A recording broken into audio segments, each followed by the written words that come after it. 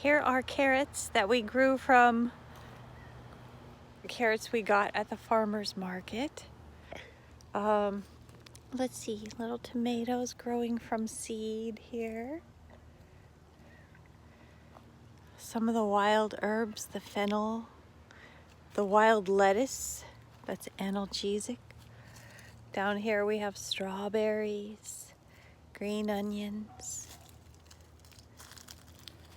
calendula flowers. There's a little guava tree over there.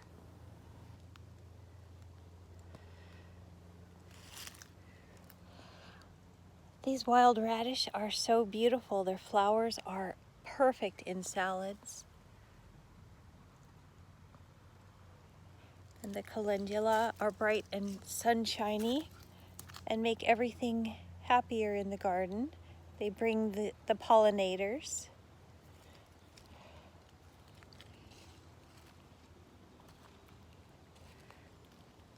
More of the same here. And then look at this, a grape that grew from seed that is now quite big.